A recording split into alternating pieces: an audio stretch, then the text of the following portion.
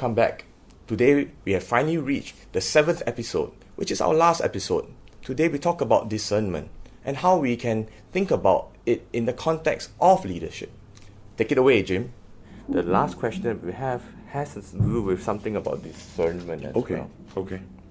It's like, what do I do if some people in my community only show up for our highlight event every year to serve and are not prepared enough spiritually?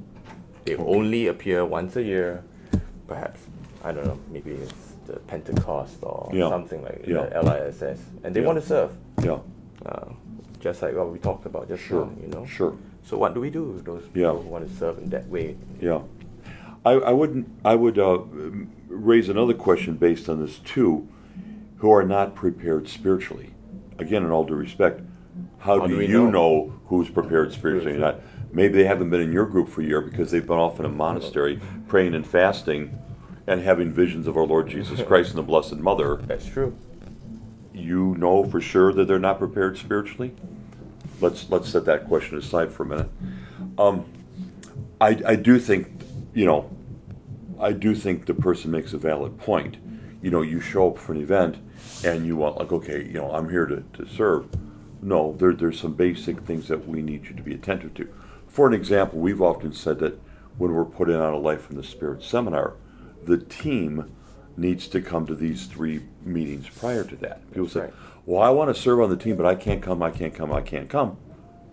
Well, we understand you can't come, but then neither are you going to be on the team. Well, that's not fair. It's like, well, we got to be ready. We owe these people the best. And we can't have everybody just kind of running around the last minute like, what do you want to do? What do you want to do?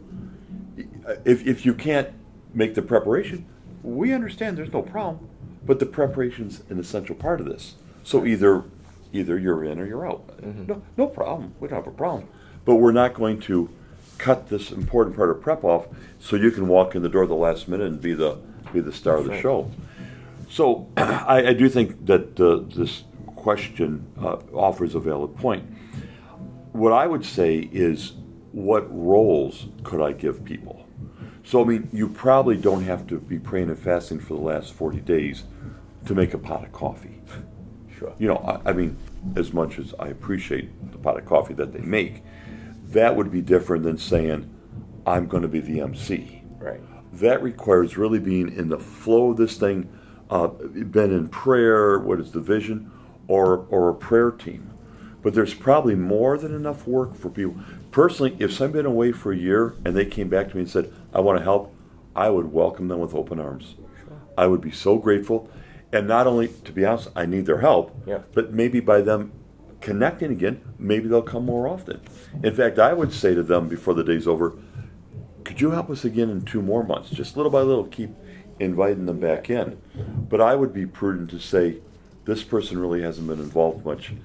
I don't think they're the one to give the vision of the group. Sure.